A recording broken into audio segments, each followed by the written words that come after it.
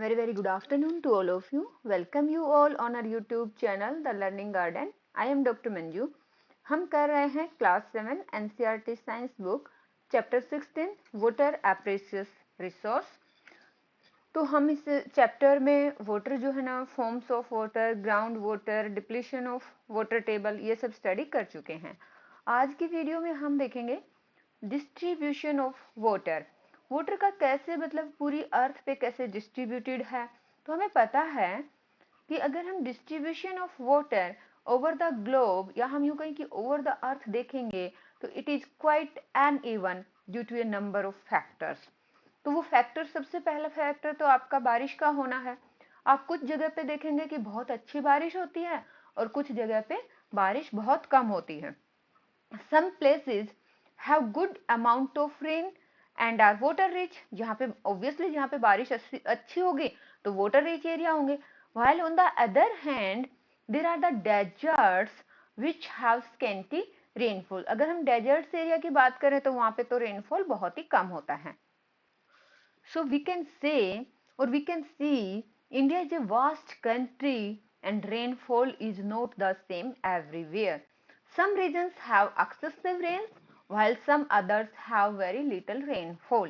अब जहाँ पे बारिश ज्यादा होगी वहां पे फ्लड्स आ जाती हैं, जबकि जहाँ पे बारिश नहीं होती है वहां पे सूखे की कंडीशन, ड्रॉट्स अपीयर, एकदम सूखा। आपको खाने पीने के लिए मतलब जो अनाज है जितना खाने पीने के लिए चाहिए, बेचना तो बहुत दूर की बात है, बिजनेस के लिए अनाज प्रोडक्शन बहुत दूर की बात है। जहाँ पे ड्रॉट्स कंडीशन होती है वहां पे जितना अनाज आपको खाने में लगेगा उतना प्रोडक्शन भी नहीं होता है। Therefore, some regions in our country may have floods while others may suffer from droughts at the same time। तो ये है नेचुरल कंडीशन, एक नेचुरल फैक्टर, बारिश का होना, कम होना, ज्यादा होना। अब यहाँ पे आपको एक एक्टिविटी देखनी है 16.5। इस एक्टिविटी में आपको क्या करना है ये देखिए आपको देखना है फिगर 16.8। इस फिगर में आप देख रहे हैं इंडिया का मैप, और इंडिया के मैप में आपका जो है रेनफॉल दिखाया है इन सेंटीमीटर। तो जो डार्क पर्पल एरिया जो जहां भी आप देख रहे हैं, तो जो डार्क पर्पल एरिया है वहां पे आपकी बारिश का जो एवरेज है, एनुअल एवरेज यहाँ पे दिखाया है, annual average rainfall in centimetre.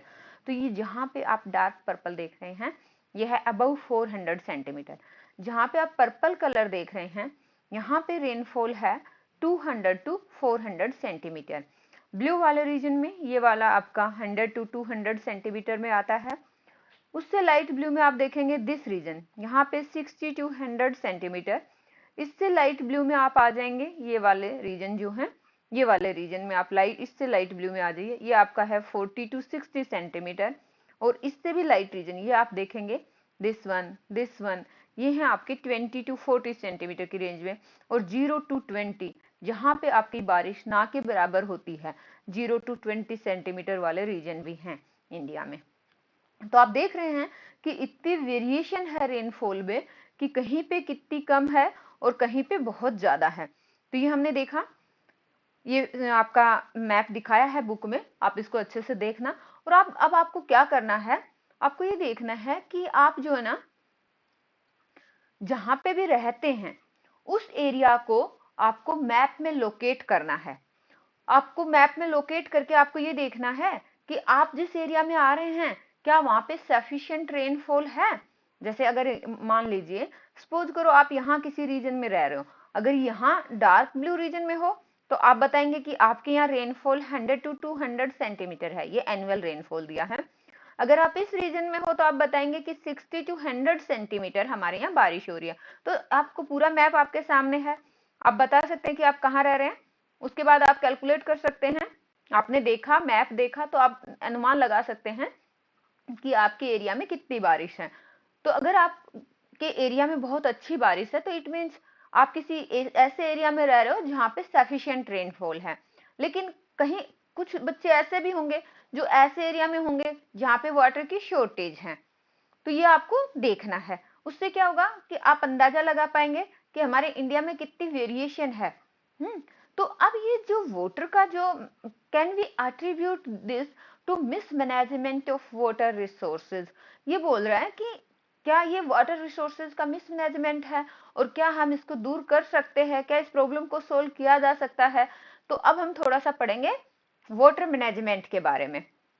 Water management, ये देखिए हमने क्या, जो क्लास 6 में आपने वाटर वाला चैप्टर पढ़ा था उसमें आपने पढ़ा था कि बहुत सारी जगह पे जो एक वाटर की रेगुलर सप्लाई की जाती है वो सिविक बॉडीज करती हैं, और एक नेटवर्क ऑफ पाइप जो है आपको देखेंगे आप, और जैसे मान लो रिवर है या पॉन्ड्स है, लेक्स हैं, तो उससे क्या होगा, एक नेटवर्क बिछाया जाता है पाइप का और आपके घर तक पानी की सप्लाई की जाती है by through the network of pipe. तो यहाँ पे a regular supply of water is provided by a well planned pipe system। तो जो सिविक अथॉरिटीज हैं वो वाटर सप्लाई करती हैं through the pipes. Not all of it में रीच द डेस्टिनेशन। कई बार क्या होता है कि सिविक अथॉरिटीज तो आपका पानी चला दिया, मतलब मेन जो जहां पे पॉइंट था वहां से आपका पानी सप्लाई कर दिया, लेकिन घर तक वो पानी नहीं पहुंच रहा, मेन डेस्टिनेशन पॉइंट तक पानी नहीं पहुंच रहा है। तो इसका रीजन क्या हो सकता है कि कहीं पाइप सिस्टम में लीक हो गया हो, पाइप आपका डैमेज हो गया हो, तो वहां से बहुत सारा पानी निकल सकता है, बहुत सारे पानी जो है वेस्ट हो सकता है। तो अब ये किसकी रिस्पॉन्सिबिलिटी होगी, ये सिविक अथॉरिटीज है उनकी रिस्पॉन्सिबिलिटी होगी कि इस तरह के जो वाटर वेस्टेज को रोका जाए, to prevent such wastage of the precious water.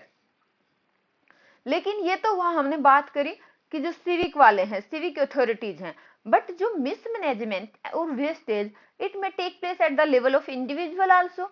मतलब ऐसा नहीं है कि आप और मैं जो है पानी को वेस्ट नहीं करते, हम सब जो है नोइंगली और unknowingly waste water while brushing teeth, shaving, bathing, washing and during many other activities. ये सब आप एक्टिविटीज करते हैं, सपोज करो आप टूथब्रश कर रहे हो और उस टाइम में आपने नल खुला छोड़ रखा है तो बहुत सारा पानी वेस्ट हो जा रहा है, तो इस पानी को आप रोक सकते हैं वेस्टेज को। लीकिंग टैप है हाउसेज में या स्कूल में कहीं भी आप देख रहे हैं तो उससे पानी वेस्ट होता है। तो leaking tap is another source of huge water wastage. We waste water as though we do not need water the next time. मतलब हम सब पानी को जो है ना ऐसे यूज कर रहे हैं, और यूज करना छोड़ो हम ऐसे वेस्ट कर रहे हैं जैसे तो हमें आगे इसकी जरूरत ही नहीं पड़ेगी। अगर आप बात करें कि यहाँ पे most of the water that we get as rainfall just flow away. जैसे होता क्या है कि पानी, बारिश का पानी बरसा, उसको कलेक्ट नहीं करेंगे तो वो ऐसे ही चला जाएगा, वेस्ट हो जाएगा, फिर वो पानी ऐसे वेस्ट हो जाएगा, कहीं भी जाके मान लो किसी गंदे नाले में मिल गया तो क्या उस पानी को यूज कर पाएंगे, नहीं कर पाएंगे, है ना। तो वो क्या हुआ, जो एक प्रीशियस नेचुरल रिसोर्स है वाटर का, रेन वाटर इतना आपका प्योर है और ये एक बहुत ही प्रीशियस नेचुरल रिसोर्स है, ये तो आपका वेस्ट हो गया। बट इस रेन वाटर को हम यूज कर सकते हैं to recharge the ground water. ये हमने पढ़ा था कि वाटर हार्वेस्टिंग वाले में मान लो आपने आपकी रूफ पे या जितनी भी कंक्रीट बिल्डिंग्स हैं वहां पे पानी आ रहा है, और उस पानी को अगर हम कलेक्ट कर लें, मान लो पिट्स बना लिए ग्राउंड पे या बावड़ी सिस्टम बना लिया, तो उस वाटर को अगर हम कलेक्ट कर लें तो जो आपका ग्राउंड वाटर है उसको रिचार्ज करने में उस पानी को यूज किया जा सकता है। तो ये जो टर्म थी वाटर हार्वेस्टिंग, या फिर इसको बोला था रेन वाटर हार्वेस्टिंग, ये क्लास 6 में आपने पढ़ी है, हमने भी वीडियो बनाई है उसमें हम देख सकते हैं, आप देख सकते हैं कि रेन वाटर हार्वेस्टिंग क्या है, कैसे जो है ना हम अपने घर के नीचे कुछ गड्ढे खोद के बारिश के पानी को कलेक्ट कर सकते हैं और उस पानी को फिर यूज किया जा सकता है। आप अपने आसपास देख सकते हैं क्या कुछ बिल्डिंग्स ऐसी बनी हुई हैं, क्या आपने आस पड़ोस में कहीं ऐसी बिल्डिंग है जहां पे वाटर हार्वेस्टिंग सिस्टम इंस्टॉल किया है, मतलब बारिश का जो पानी है उसको कलेक्ट करने के लिए कुछ सिस्टम बना रखा है। अगर आप कई सारी जगह पे देखोगे इंडिया में, इवन आप अपने पेरेंट्स से, ग्रैंड पेरेंट्स से बात कर सकते हैं, तो पुराने टाइम में क्या होता था, जो रेन वाटर है उसको स्टोर किया जाता था और हम यूं कहें कि वाटर रिचार्ज किया जाता था, जैसे बावड़ी जैसा बना के। बावड़ी क्या होती है कि जैसे बहुत जमीन में एक गड्ढा खोद देना, एक जैसे ये होता है कि घर में जो वाटर हार्वेस्टिंग था वो तो हम एक लिमिटेड खोदेंगे, बट सपोज करो यहाँ पे आपके पास 2-3 एकड़ जमीन है, उसमें आपने लंबा चौड़ा खोद दिया, और अब क्या होगा कि रेन वाटर आएगा और इसमें आपने यहाँ पे रेन वाटर से डायरेक्ट वाटर भी आएगा, और आसपास का जो पानी है वहां पे आपने कुछ ऐसे नाले से बना दिए हैं कि आसपास भी जो रेन वाटर गिर रहा है वो सारा आके इस बावड़ी में कलेक्ट हो जा रहा है। तो बावड़ी जो है it was the traditional way of collecting water. With time क्या हुआ कि ये जो बावड़ीज हैं वो धीरे धीरे डिसयूज हुआ, मतलब उनका यूज होना बंद हो गया और उसमें गार्बेज कलेक्ट होना शुरू हो गया, मतलब कचरा भरता गया क्योंकि अब यूज ही नहीं कर रहे हैं, उनकी खुदाई नहीं कर रहे हैं, उनसे पानी नहीं ले रहे हैं, तो ऐसा हुआ। फिर उसके बाद क्योंकि however because of the acute water shortage people in these areas have had to rethink, क्योंकि भाई पानी की तो बहुत कमी हो गई, अब पानी की कमी को कैसे दूर किया जाए, तो लोग फिर से सोचेंगे जिन एरियाज में पानी की कमी है वहां पे तो बावड़ी के बारे में डेफिनेटली सोचना पड़ेगा ना, कि बावड़ी जो है दे आर बीइंग रिवाइव्ड, उनको दोबारा से उनको खुदाई करना, उनको दोबारा से ऐसे तैयार करना कि रेन वाटर को उसमें कलेक्ट कर सके।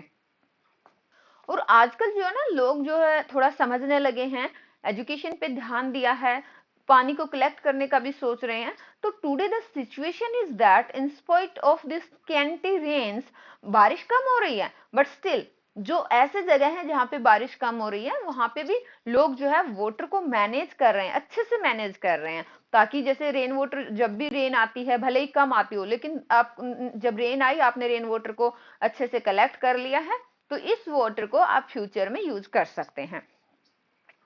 अब अगर बात करें एग्रीकल्चर पर्पज में भी हमने बोला था कि बहुत सारा पानी वेस्ट हो रहा है, तो फार्मर जो है पानी को कैसे सेव कर सकते हैं।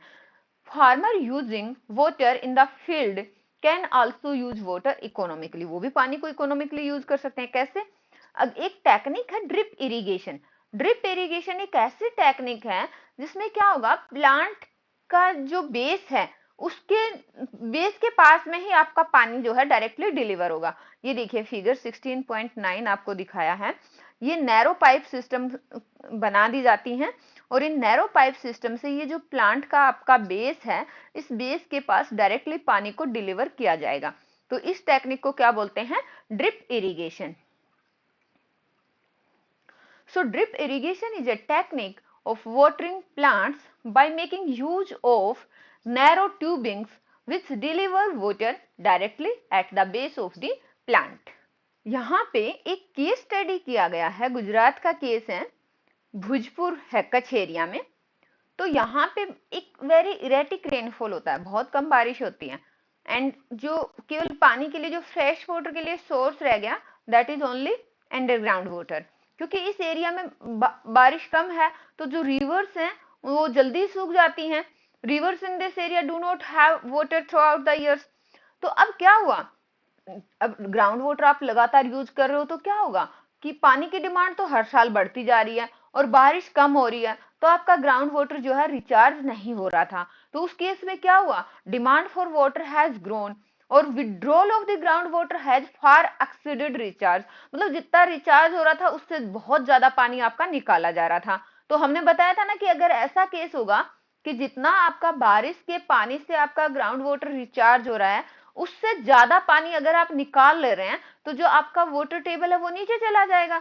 तो इस एरिया में जो ये कच्छ एरिया था भोजपुर में, सॉरी कच्छ एरिया में जो आपका भोजपुर एरिया था, तो भोजपुर में क्या हुआ कि वाटर टेबल का जो लेवल था वो बहुत नीचे चला गया, अलार्मिंगली सिचुएशन आ गई।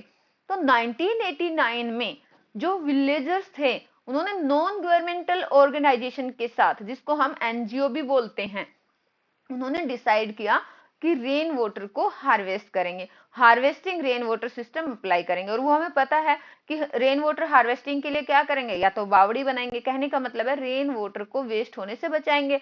हो क्या रहा था कि थोड़ी बहुत भी बारिश होती, वो क्योंकि सी एरिया के आसपास है, गुजरात का जो कच्छ एरिया है समुद्र पास में लगता है, बारिश हुई पानी बह के समुद्र में चला गया और सी वाटर हमें पता है कि हम यूज नहीं कर सकते, तो पानी तो आपका बारिश वाला पानी तो वेस्ट हो गया। 1989 में क्या हुआ, विलेजर्स ने डिसाइड किया कि इस रेन वाटर को हम वेस्ट नहीं होने देंगे, तो they decided to harvest the rain water. तो क्या हुआ कि 18 check dams were built on Rukmavati river, एक वहां पे रुकमावती रिवर है और इसकी छोटी छोटी ट्रिब्यूटरीज हैं जिनको हम बोलते हैं सहायक नदियां, उनके ऊपर 18 डैम बनाए and water so called collected increase percolation through the soil.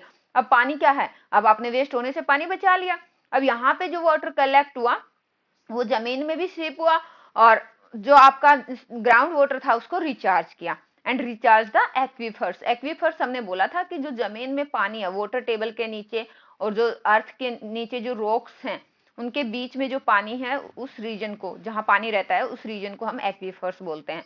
तो ये वाला रीजन आपका जिसमें पानी रहता है उसको रिचार्ज किया गया। अगर हम फार्मर्स की बात करें तो फार्मर्स बताते हैं कि अब यहाँ पे कुओं में भी पानी रहता है, क्योंकि पहले तो ग्राउंड वाटर इतना नीचे चला गया था कि कुएं भी सूखने लगे थे।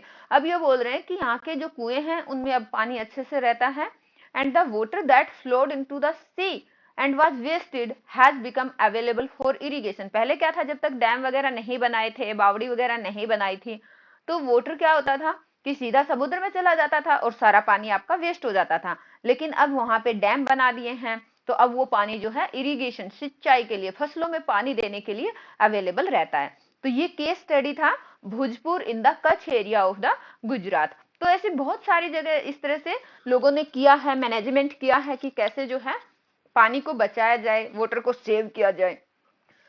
अब बात करेंगे पर्सनल लेवल पे, आप कैसे पानी को बचा सकते हैं, what role you can play. आपने कभी मतलब देखा होगा कि कभी पानी लीक हो रहा है अपने घर में, स्कूल में या कहीं कहीं दूसरी जगह पे, अगर पानी लीक हो रहा है तो क्या आप उसके लिए अपना कंसर्न शो कर रहे हैं, क्या आप उस नल को बंद कर रहे हैं, क्या आप उसको सही कर रहे हैं कि ये पानी लीकेज ना हो। तो लेकिन taps waste a lots of water, जहां पे भी टैप वाटर लीक हो रहा है ना वहां पे भी बहुत सारा पानी वेस्ट हो जाता है। तो आपको वहां पे एफर्ट लगाना चाहिए ताकि पानी की लीकेज को रोका जा सके।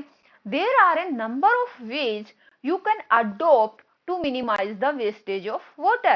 वाटर वेस्ट करने के लिए आप क्या क्या कर सकते हैं, जैसे कुछ एग्जांपल्स यहाँ पे दिए हैं। जैसे वाटर वाइज हैबिट्स, ये आपकी डेली एक्टिविटीज में आप इन हैबिट्स को फॉलो कर सकते हैं। जैसे turn off taps while brushing, जब भी आप ब्रश करोगे पानी को बंद रखें। सेकेंड, मोप the floor instead of washing, फर्श को धोने की बजाय आप उस पर पोछा लगा लें तो आपका पानी जो है बच जाएगा। अब जो नेक्स्ट टॉपिक है हमारा, effect of water scarcity on plants. Plants के ऊपर क्या इफेक्ट आता है, तो देखिए सीधी सी बात है, अगर पौधों को पानी नहीं मिलेगा, जितने भी अगर पोटेड प्लांट्स हैं उनमें भी हम देख सकते हैं, घर में मान लो आपने प्लांट्स उगाए हैं तो आप देखेंगे कि उनमें अगर रेगुलर पानी नहीं जा रहा है तो पौधे मुरझा जाते हैं एंड अल्टीमेटली वो सूख जाते हैं, drawing up if they did not get water even for a few days, कुछ दिन की ही हम बात कर रहे हैं। तो सिमिलरली जहां पे भी प्लांट्स होंगे अगर उनको पानी नहीं मिलेगा तो प्लांट जो है वो मर जाते हैं। चैप्टर 1 में भी हमने जो आपका न्यूट्रिशन इन प्लांट्स में हमने पढ़ा था कि प्लांट्स जो है they need water to get nutrients from the soil to prepare their food. हर प्लांट को पानी चाहिए। Just imagine the consequences if water is not available to plants. आप खुद इमेजिन कीजिए अगर पौधों को पानी नहीं मिलेगा तो क्या होगा, पौधों को पानी नहीं मिलेगा तो पौधे जो है सूख जाएंगे, मर जाएंगे। और अगर पौधे नहीं होंगे, पौधे मर जाएंगे, तो इट मीन्स जो ग्रीन करेक्टर है प्लेनेट अर्थ के ऊपर that will be lost. Green character अगर खत्म हो जाएगा, प्लांट्स अगर खत्म हो जाएंगे, देन व्हाट विल हैपन। ये देखिए अगर आपके प्लांट्स नहीं है तो it means end of all life. क्यों, क्योंकि आप सोचिए कि कोई भी ऐसी दुनिया जहां पे प्लांट नहीं है तो इट मीन्स वहां पे खाना नहीं होगा, क्योंकि जितने भी लिविंग एनिमल्स हैं वो तो प्लांट पे डिपेंड करते हैं खाने के लिए। क्योंकि अगर हम हर्बीवोर्स की बात करते हैं तो दे ईट प्लांट डायरेक्टली, अगर कार्निवोर्स हैं तो वो दूसरे एनिमल्स को खाते हैं, बट वो जिन एनिमल्स को खाते हैं वो एनिमल्स प्लांट खाते होंगे।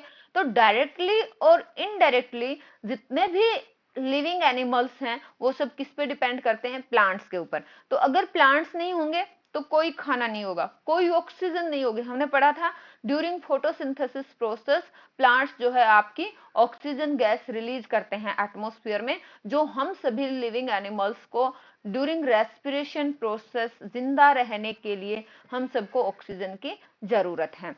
अब प्लांट्स नहीं होंगे तो प्रॉपर बारिश नहीं होगी, not enough rain and innumerable other problems, बहुत सारी प्रॉब्लम्स आएंगे। मतलब एक तरह से समझो कि प्लेनेट के ऊपर लाइफ ही नहीं होगी अगर प्लांट्स नहीं होंगे। तो यहाँ पे एक राजस्थान की स्टोरी दी है कि यहाँ पे भी एक सक्सेसफुल इनिशिएटिव लिया गया है।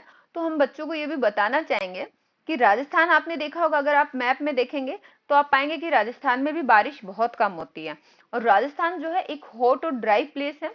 यहाँ पे देखिए जो वाटर की नेचुरल स्कैर्सिटी थी उसको कैसे, वो जो चैलेंज था उसको कैसे, जो प्रॉब्लम थी उसको कैसे ओवरकम किया गया बाय सक्सेसफुल एक्सपेरिमेंट्स करके। क्या हुआ, यहाँ पे बहुत सारे जो सोशल वर्कर थे उन्होंने जो अलवर डिस्ट्रिक्ट में ड्राई एरिया था उसको ग्रीन प्लेस में ट्रांसफॉर्म किया। कैसे किया, यहाँ पे they have revived the 5 dried up reverse, जो 5 नदियां जो बिल्कुल सूख गई थी उनको रिवाइव किया। ये 5 नदियां थी आरवेरी, रूपारेल, सारसा, भागनी एंड जहाजवाली।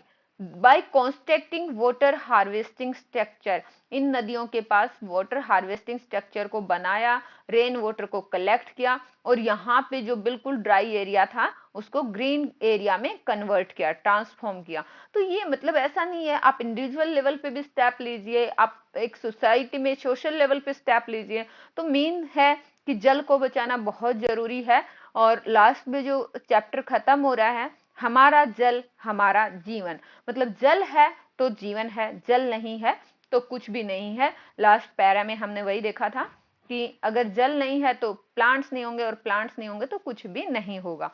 तो ये हुआ हमारा इस चैप्टर के बारे में। Thanks for watching the video. जय हिंद।